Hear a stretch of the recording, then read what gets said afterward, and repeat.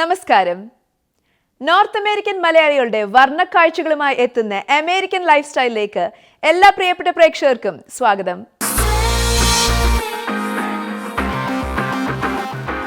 Good morning. I'm Krishna. And I'm Aathira Balu. Abhi and I would like to welcome you all to American Youth, powered by Path Ivy and Talking Shots.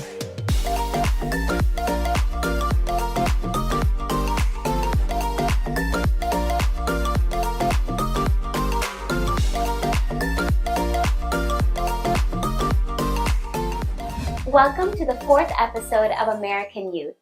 In the last 3 episodes, we talked about high school academics, extracurriculars, and college life. Today's episode, we will be talking about Ivy League colleges. We are bringing in Ivy League students and alumni to this episode. Let's hear from Vismaya Mohan, who is joining us from Chicago. Thank you, Abhi. It is a pleasure to join you today. Most of us dream big about completing our degrees from the world's highest-ranked universities and landing amazing jobs. What better way to do this than through an Ivy League education? The Ivy League is a group of 8 elite universities in America known for their academic excellence and exclusiveness. The members are Harvard, Yale, Cornell, Brown, Dartmouth, University of Pennsylvania, Columbia, and Princeton. It is an honor for me today to talk to Justin Kuncheria from our Malayali community.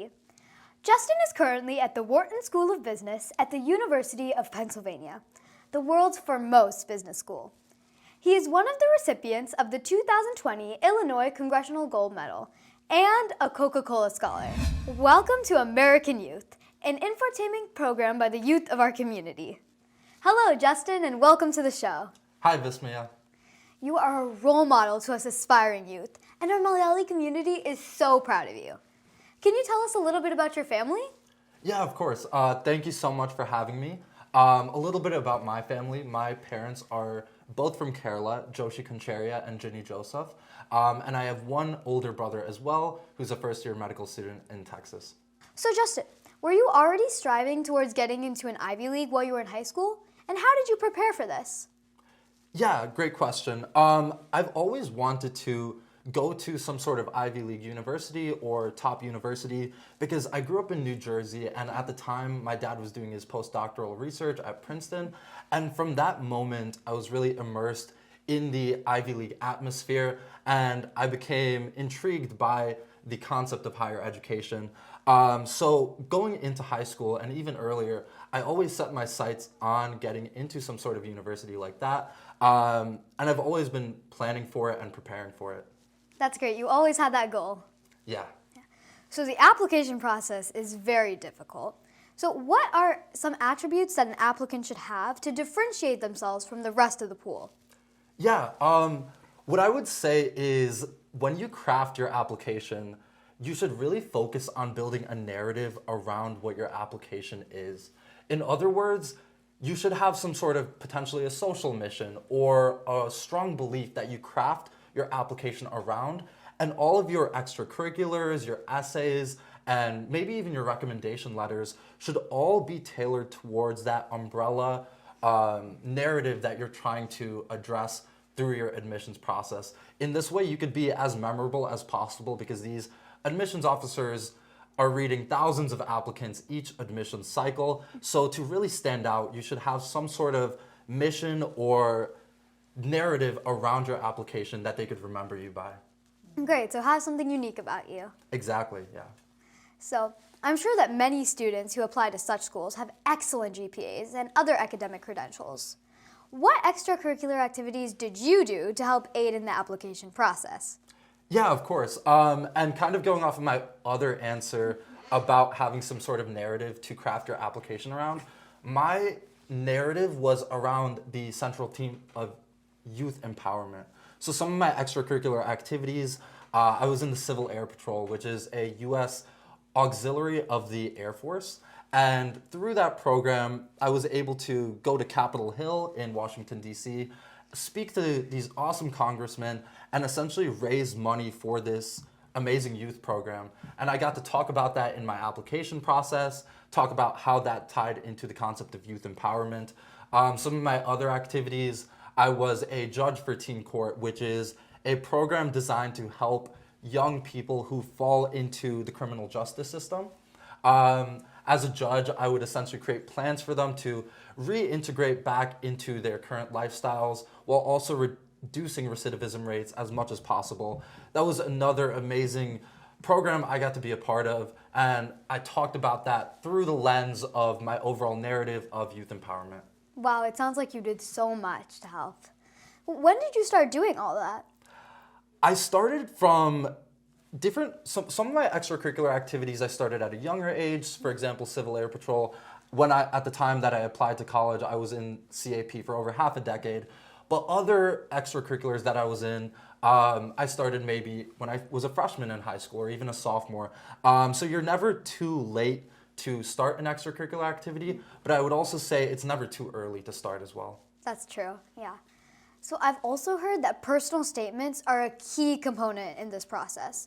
So what critical points should we cover in our personal statements? Yeah, of course. The personal statement is the main centerpiece of your application, and you should really focus on perfecting that as much as you can. Every personal statement is different, and it doesn't need to be about a very crazy topic that most students may think they need to write about, something extraordinary. It could be a very simple topic, but there are some themes you should really cover in your personal statement. One being you should show some sense of intellectual curiosity for really anything. It doesn't need to be a crazy difficult academic field, but if you show some sort of intellectual curiosity, the admissions officers will really appreciate that, and they could also tell if it's genuine to some extent. So try to be as genuine about whatever intellectual curiosity you have, whether that's cooking, whether that's physics, or it could really be anything. But one, show some intellectual curiosity, and two, as you're crafting your story, try to really consider what personality traits are being highlighted in your essay. Maybe you want to show that you are someone who has a lot of grit, a lot of perseverance. Your essay should really highlight a few personality traits that you want to convey to the admissions officers. And in that way, you'll also stand out and be very memorable in the process. How do you decide which schools you want to get into? Wharton is a very prestigious school with a very low acceptance rate. Did you only apply to Wharton? Yeah, I applied to several schools during my application process, and I would advise everyone to do the same, which I am sure all of you are doing. Wharton was one of my top choices because of its business program. I've always had a strong passion for business and for entrepreneurship. Just that entire space and landscape has always interested me, and Wharton is the ideal spot for someone with my set of interests. But when assessing which schools you should apply to, you should definitely consider what interests you. Some schools have amazing computer science programs, for example, and the schools that you should apply to if you're interested in CS are different than the schools you should apply to if you're interested in nursing or if you're interested in biology, for example. So really figure out what you're interested in and figure out what programs and schools align with your interests, and that could help you create a list of colleges that you want to apply to. Okay, so you always knew you were interested in business. Yes, from a young age, I was very interested in business, startups, entrepreneurship. That really gets me excited, and Wharton was an amazing place for me to expand on those interests. That's great how you've always known what you wanted to do. So what are your favorite hobbies, or what do you like to do outside of school? Yeah, outside of school, I love spending time with friends and family. I always am outside playing basketball. I think it's really important to find a balance between your academic and professional life while also making time for yourself and for your relationships and family. So I like to do that through activities, like I said, basketball. And yeah, it's always important to do that while also making sure you stay grounded and focused on your overall goals. I agree, and I also love basketball. Thank you so much, Justin, for sharing your thoughts with us. I'm sure this segment helped many potential Ivy League applicants. I know it helped me. Thank you so much, Vismaya. I really appreciate all the amazing questions. And thank you so much, Flowers TV USA, for taking the time to watch this segment. I really appreciate it. I hope all of you go out and chase your goals related to college admissions and beyond. I wish you the best of luck, and I know you'll be successful in the future. Thank you so much. Thank you, Justin. Now, back over to Abhi. Thanks a lot, Vismaya and Justin. Next, we have an alumni panel session. Over to Krisha Pillai from Minnesota. Our session today is going to be special. We have a fascinating roster of Ivy League alumni who are here to share their unique skill sets and experiences from college back to us. Today, we will be interviewing 2 Ivy League alumni about their journey from high school to an Ivy League school. And to begin this conversation, I would like to share one of my favorite quotes. The will to win, the desire to succeed, and the urge to reach your full potential. These are the keys that unlock the door to personal excellence. You all must have had an urge to succeed to get to where you are now. So without further ado, let's welcome our panelists. Here today we have Abhishek Nair. Abhishek Nair attended Yale, class of 2018, and studied computer science and economics. During late high school and early college, he started his own startup with a data and development agency, primarily doing branding, go-to-market, and built branding for startups and larger companies. Abhi then grew that and sold it his junior year, and started his current startup, Tonebase. Tonebase is dedicated to improving creative education by letting everyone learn from world-famous musicians and artists. That's now at about 20 full-time people with a few $1 million at capital. In 2023, he's heading out for his next pursuits in starting a private equity and real estate fund based in Minneapolis, Minnesota. Now moving on to Priyanka, who graduated from Harvard. Priyanka Narayan graduated from Wayzata High School in 2014 and went on to pursue molecular and cellular biology, global health, and Spanish at Harvard, graduating summa cum laude and Phi Beta Kappa. Abhi and Priyanka, welcome to American Youth. Thanks for having us. So Abhi, this question's for you. I know that choosing a college major is important. Yeah, a lot of college students enter college as an undecided or an undeclared major. So how did you know what you wanted to major in college? The idea of going into college with an undecided major I actually think is very important because you don't want to be too rigid when you're going into such a new experience because you're going to close yourself off to potential learnings, potential growth. So I think it's very important that you go in with an open mind. A lot of the things that helped me make the decision about what I wanted to study, the paths I wanted to pursue, was really making sure I explored the things I was passionate about outside of school, extracurriculars, projects I worked on, and made sure that those were really central to how I formed an idea about which subjects I was interested in. And so primarily the things that helped me make the decisions was the work I did outside of the academic setting. But I think it's equally informed by the classes I enjoyed, by the people I enjoyed interacting with, by the fields and spaces that I found myself drawn to. And so all those kind of mixed together to help you, also matched with what the school was good at, all help kind of inform what I ended up studying in college. Wow, thank you for that advice, Abhi. Following something that you're passionate about is something that's really important. Now moving on to you, Priyanka. With everything we talked about, it can get a little hard to balance everything. So did you have a support system in place and how did you manage all of this throughout high school? I'm really glad you brought this up, Krisha, because I think support, whether it's family or friends or teachers, is exceptionally important. And I'm going to take it a step further and say it's not just in high school, but also when you enter college and, the next steps of your career. I think just kind of talking about my support system, when I was in high school, I had a lot of really wonderful teachers. I had a couple close friends, but ultimately I've always been very reliant on being aggressively communicative with my parents. And by that, I mean, I really do tell them everything. And they've been very non-judgmental and trying to really be supportive, especially for, I think, South Asian parents, because I know in the South Asian community, sometimes it's challenging for kids to really be transparent with their parents. But I think that being a successful student in school is not just about studying and doing your extracurriculars. There's a lot of social pressures and cultural challenges, a clash between cultures when you're South Asian and dealing with an environment where you might be the only Indian kid there. And so having someone to go to who you know is always in your corner is really important. And I think that parents and family can really serve that role in some cases if they're able to do that. And I think parents being open to listen to conversations of what your kids are experiencing in school or what their friends are doing or what they're going through in college and really trying to be there for them. I think we don't really talk about, eating disorders or mental health in our community as much. And I think these are challenges that almost every college kid goes through, regardless of their race or background, and it's something that begins in high school too. So I just really hope that as a community we start having these conversations and that kids can not only rely on their friends, but really look to their parents for support for these more challenging topics. Wow, thank you for that response and for bringing to light those issues that we don't really talk about. Abhi, would you like to add on to that? I think Priyanka did a phenomenal job kind of covering some of the main, ways that people can look out for support. The only thing I would add, I think there was a lot of emphasis that you mentioned about parents, but in case, there are people in the situation where they can't necessarily or don't feel as comfortable sharing quite so much with their parents, I think it's just as important to make a conscious effort to cultivate your own support system in the environment that you're in. Whether that means creating a close group of friends or leaning on some of the administrators that are there for you. The school puts them in place literally for you and to support you.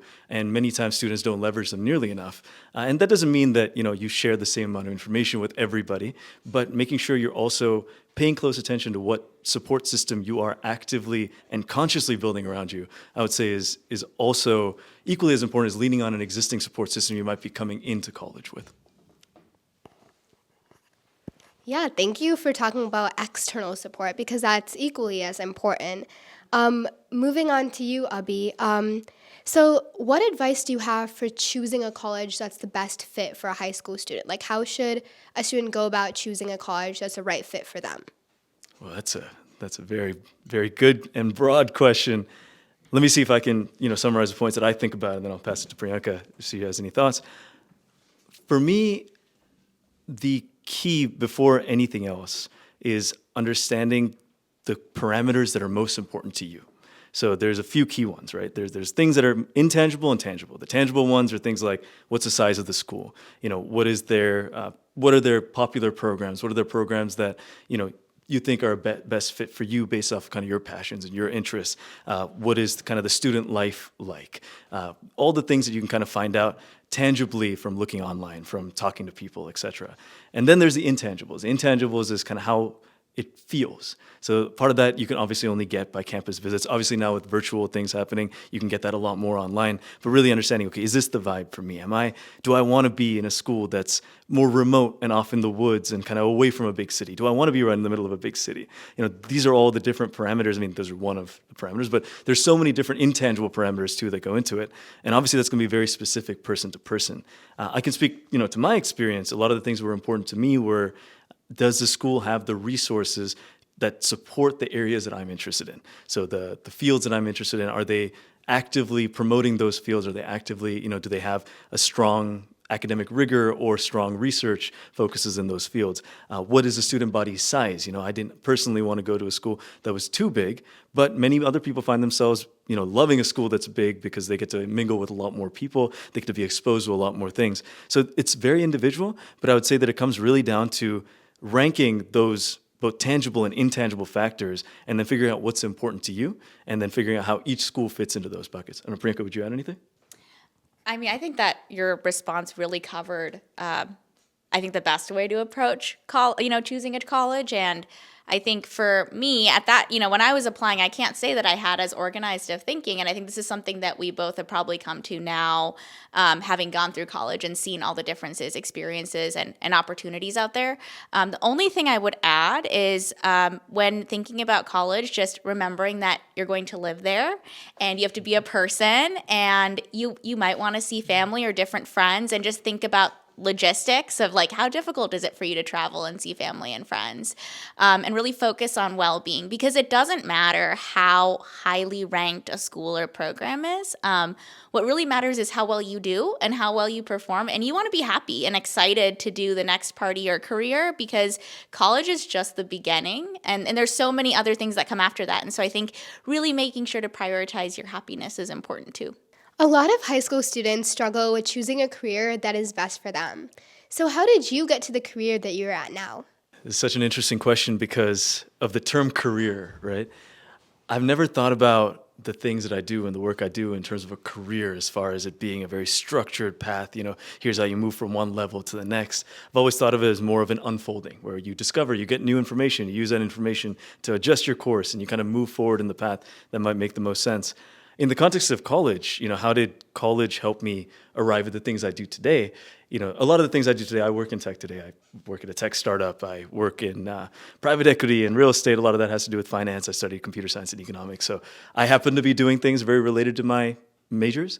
However, there's a lot of people that major in something and don't do anything related to their majors. So I think where university tends to be most helpful is from a broad exposure standpoint. You get exposed to all these fields. You get to pick, okay, is this something I actually do want to do for a meaningful amount of time of my life? Not necessarily a career, because that's starting to become less and less relevant in my view in terms of a 50-year career, etc. But in terms of is this something I'm interested in? Is this something I really want to be doing? I think university really helped me understand, what is in these fields? Like, what actually happens? What do I need to know under the hood to be able to be successful? The university also helped me a lot with the network. So for a startup side of things, for example, we did a lot of work with the Yale Accelerator. And so they helped us get our seed funding. They helped us kind of get our initial idea off the ground. And so making sure you leverage as much of the university resources, or if you're still in high school, as much of the high school resources, counseling resources that you can, to help gain a better understanding, and even if possible, help you get your foot off the ground and step into that next level that you're going into. I think that's where both the high school, university side of things can be really useful. Yeah, thank you. I liked how you described what a career was like, Abhi, and I like how you described the complexity and the flexibility in any field. Moving on to you, Priyanka, and both of you can answer this question. So I know colleges can be really expensive, and not a lot of colleges offer merit aid and scholarships. So do you have any tips or advice on that? That's a very important and practical question, Krisha, because yes, college is extremely expensive. Even for in-state tuition, it can be really expensive. And of course, going out of state or going to private colleges, it's really expensive. And a lot of, some schools, I can't even say a lot, some of the Ivy League and other private schools that I can think of offer need-based financial aid. And this can be really helpful for students depending on their parents' income bracket. So that means a lot of South Asians may or may not qualify. In addition to that, there are academic scholarships. So there's the National Merit Scholarship, which I think is based off of PSAT performance your junior year. And there's also other national academic scholarships out there that people can apply for. But it really depends on the school you go to as far as whether or not they offer merit-based scholarships. So most of the Ivy Leagues do not offer merit-based scholarships. And so that's definitely something to consider and think about. And it's definitely a privilege to go to a private school because there are financial limitations, and that's something that families have to think about. Abhi, what do you think? I think I would add a couple of things. One is that there's a lot of private scholarships out there that are at least worth exploring. They're very competitive, obviously. Everybody in the country is applying to them. Internationally, people are applying to them. So they're definitely not a guarantee by any means. But there's a lot of really good companies. Imagine Scholarships is one, can't think of any others off the top of my head, but there's a number. If you just Google college scholarships, they aggregate them so you can look through and see which ones apply to you. Maybe you meet the requirements. Maybe you want to write the essay for it, et cetera, and put your hat in at least and see if you might get one of those. So that can help. The other part that I personally looked into was military scholarships. So if you go to one of the military academies, for example, that is paid for by the government. Similarly, the military has different programs for if you join their ROTC program. So that's for Air Force, Navy, and the Army. I don't know if the Marines has it, but different branches of the military have different programs where they'll pay for partially or your entire part of your academic part of your tuition in exchange for you doing some activities throughout the the week, so different days of the week, but then in exchange you also have to serve for a certain amount of time in the military. That may or may not be of interest to different people depending on your individual circumstance, but it's definitely something that's worth considering as well. So there's a number of private and government-funded scholarships available if you don't qualify for the merit-based or the need-based side of things, and they're definitely worth exploring and pursuing. Wow, that was interesting to hear the two different perspectives, like merit-based and military. I never knew about that. And lastly, what is one piece of advice that you would give to high schoolers who are thinking about college? Priyanka, you can start. I think that's a tough one. I think the main thing that I would tell my former high school self and anyone currently who's thinking about college is to not really let the stress of applying to college itself get to you. You have 4 years of high school to do a lot of learning and have a lot of fun, and really find at least one activity you love to do outside of school that's kind of your personal activity, passion project, whatever you want to call it, and keep doing that in college, because there's going to be a lot of stressful situations, a lot of moments that feel like failure, and having something that you can go back to and feel like you're good at and have fun doing is really important. All right, one piece of advice, just one. No, I'm just kidding. I think if I was going to give one piece of advice, really honestly give one piece of advice, it would be that don't take it seriously because college does not matter. It is irrelevant in the grand scheme of your life. I went to my freshman year orientation with one of the major heads of the college when I went to Yale, and he basically got up there and told us, guys, at the end of these 4 years, there's going to be two things you remember. It's going to be the friends you made and the experiences you shared with them. And everything else, the things you learned, the degree you got, you'll forget all of it within 10 years after you graduate. It's all irrelevant. So focus on having a good time. Make sure you learn and do the best that you can, but focus on having a good time. And remember that life is not a race, life is a journey. It's about making sure you have a good time along that journey, making sure you're doing the best that you can along that journey, and not about winning any race that anybody decides for you. So make sure you focus on, again, yourself, what's right for you, and what's right for those around you, and you'll be good. Thank you guys so much for the invaluable insights you provided today. I'm sure our audience found it very helpful and drew inspiration from your experiences and stories. As a high school student myself, I certainly benefited from our conversation and everything you guys shared today. So Abhishek, Priyanka, thank you so much for your time, and I wish you guys the best with your future endeavors. Hope you enjoyed this episode. Thank you so much for watching. This is Abhi. And this is Aathira, and we'll see you next time on American Youth. പുതിയ കാഴ്ചകളുമായി നമുക്ക് വീണ്ടും കാണാം. This is Shana Mohan signing off. Bye bye.